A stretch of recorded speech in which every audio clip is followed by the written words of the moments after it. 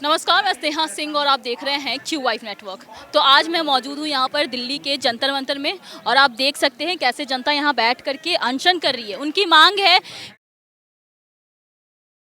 Lockdown लगाया गया और जो दिया गया है वो कहीं ना कहीं लोगों के स्वास्थ्य को और भी खराब किया है। तो अब देखना ये है कि क्या सरकार इनकी मांगे पूरी करेगी या नहीं।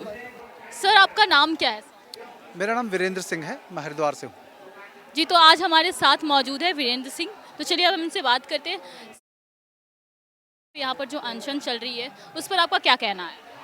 देखिए, ये अनशन जो है ये लगभग 4 साल से जो हमारा प्रयास चल विरुद्ध षड्यंत्र है, जिसमें हमारे देश के लोगों को एक ऐसी चीज़ में फंसा दिया गया है जो इतना बड़ा विषय नहीं था, लेकिन उसके द्वारा कई और मुद्दे सॉल्व करने के लिए अपने कई और एजेंडा इनको लागू करने के लिए इन्होंने ये हम पर थोपा। तो इस कारण से हम चाहते हैं कि ये जो धरना है ये उसमें महत्वपूर्ण भूमिका निभाएगा कि उन तक आवाज़ पहुँचे कि हम 4 साल से चिल्ला रहे हैं कि ये जो विषय है ये गलत तरीके से हैंडल किया गया। हालांकि इन्होंने जो सुई है और ये दवाइयाँ हैं उसका सारा एजेंडा चलाया है, लेकिन इन लोगों ने उसके बाद अब जो विभिन्न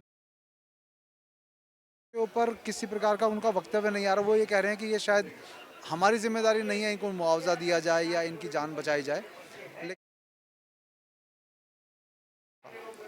तो सर, आपको क्या लगता है कि लॉकडाउन गलत था या फिर है? देखिए, क्या है कि जो लॉकडाउन था ना उसका बेस था आपका आरटीपीसीआर टेस्ट के कारण जो केस बढ़े।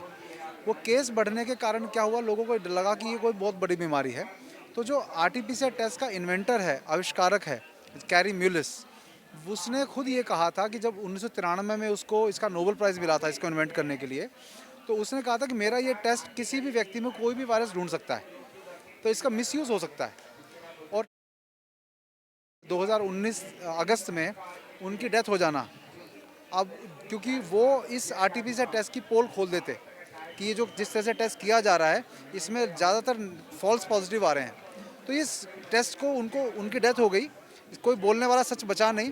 तो पूरी दुनिया में इसके टेस्ट के द्वारा जो है बड़ा खेल खेला गया कि केस बढ़ रहे हैं, केस बढ़ रहे हैं। तो इस वजह से हमें लगता है कि लॉकडाउन जो है उसके बेस पे ही लगाया गया, वो डर दिखाकर, जो कि गलत था, जिसका आधार ही गलत था आरटीपीसीआर टेस्ट। अंत में आप जनता से क्या कहना चाहते हैं? जनता से यही कहना चाहेंगे कि जो कोई भी सरकार चाहे किसी भी पार्टी की हो, अपने बौद्धिक स्तर से नीचे जब तक जनता को नहीं गिरा देती वो उन पर शासन नहीं कर सकती। तो अपना विवेक, अपना अध्ययन, अपने पुरातन जो आयुर्वेद है उसको देखकर आप सरकार की हर कहीं भी बात पर आंख मूंद कर विश्वास मत करिए। आपको प्रोटेस्ट करने का, प्रश्न पूछने का अधिकार है, वो पूछिए कि ये गलत तो नहीं है, आने वाली पीढ़ियाँ प्रभावित तो नहीं हो रही। तो ये विवेक हमारी जनता को जागृत करना पड़ेगा, नहीं तो हम ऐसे आंख मूंद करके कुछ भी पालन कर लेना वो गलत है। Thank you.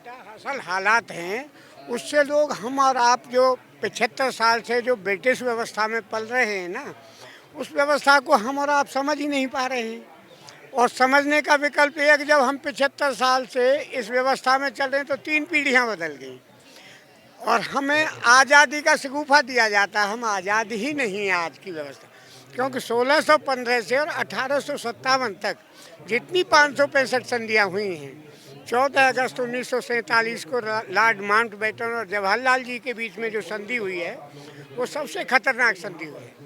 वो सत्ता का हस्तांतरण हुआ है, ट्रांसफ़र ऑफ पावर हुआ है, और आर्टिकल 147 में वो लिखवा के ले गए हैं।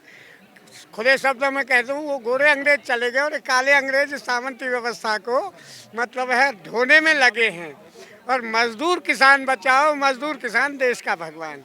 असल वोटर किसान और मजदूर ही है और उसके बच्चे भूखे मर रहे हैं।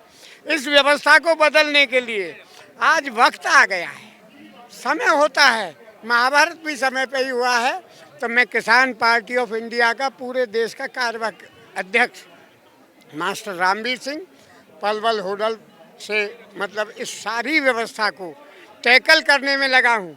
और ऊपर से लेकर राष्ट्रपति, प्रधानमंत्री, आपका सुप्रीम कोर्ट, इलेक्शन कमीशन, कागज से देश का बस्ता है। कोई समझने वाला नहीं है और न कोई समझाने वाला है। और इस व्यवस्था को ध्वस्त करने के लिए मैं इसको ब्रिटिश व्यवस्था कहता हुआ, आज जो सनातन संस्कृति है जिसमें मैंने कॉन्स्टिट्यूशन की पहली वर्डिंग है कि we the people of India having solemnly resolved to constitute तो वी द पीपल इंडिया का मतलब है हम भारत के लोग। वहाँ ना कोई हिंदू है, ना मुसलमान है, ना सिख है, ना ईसाई है, ना हरिजन है, जाट है, ना गुर्जर है, सब भारतवासी हैं। लेकिन इस भारतवासी के 140 करोड़ बहन भाइयों को ऐसा बांट दिया है जिससे ये अकेले इकट्ठे नहीं हो जाएं।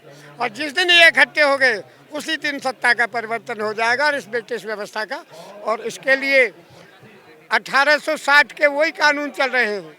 मैंने राष्ट्रपति जी को ज्ञापन लगाया अपने पुलिस कप्तान के माध्यम से कि ये 1860 के वही हैं 34,567 कानून, जिनका नाम आयरिश पेनल कोड है, और उनको आयरिश की जगह इंडियन पेनल कोड IPC जिन धारा को हम कहते हैं।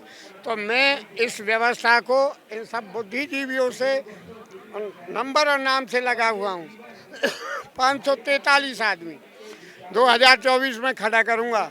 और मेरा सत्याग्रह बंसियारी गांव पलवल में, जहां से प्रधानमंत्री देवीलाल जी को वो प्रधानमंत्री और उप प्रधानमंत्री बनाया था, वो नंगाड़े सांस्कृतिक प्रोग्राम से करता हुआ इस देश को जगाने का काम करने में लगा हूं। और सत्याग्रह और क्रम कंसन चल रहा है मेरा।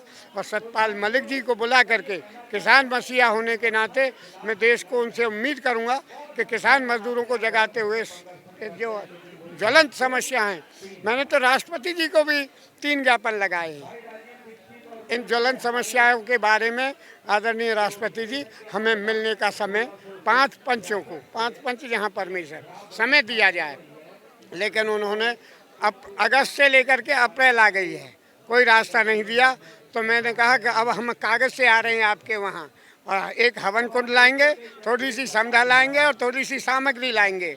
और जहाँ या तो हम कागज़ से हमारी वार्ता करा दी जाए, नहीं कराओगे तो वहीं बैठ जाएंगे। और रघुपति राघव राजा राम और पतित पावन सीताराम। अब मेरे साथियों ने सलाह दी कि भाई अब देश जगाना है, तो इधर हिसार भिवानी लोहारू साइड से हम जगाते लाते हैं, इधर आगरा भरतपुर अलीगढ़ को आप लाओ। तो मैंने बिरड 84 को उसमें बंसियारी गांव में नीम का मंदिर है, दाऊजी मंदिर और नीम का मंदिर, वहाँ इस सिस्टम को शुरुआत करने के लिए। और मैं अब सारी खाप पंचायतों को बुला रहा हूँ। ओम प्रकाश धनखड़ जी जो अभी यहाँ खाप पंचायत नागर साहब हमारे, मतलब ये हम साथी सब जुट करके उस सारी व्यवस्था को, गुरनाम चंदूनी जी हैं और सतपाल मलिक जी, इन सबको बुला करके देश जगा करके, गाँवों से देश को जगा करके इस सिस्टम को बदलने का संकल्प है। देश बचाना, मानवता बचाना और आगे की पीढ़ी बचाना ही हमारा संकल्प है। जय हिंद, जय भारत।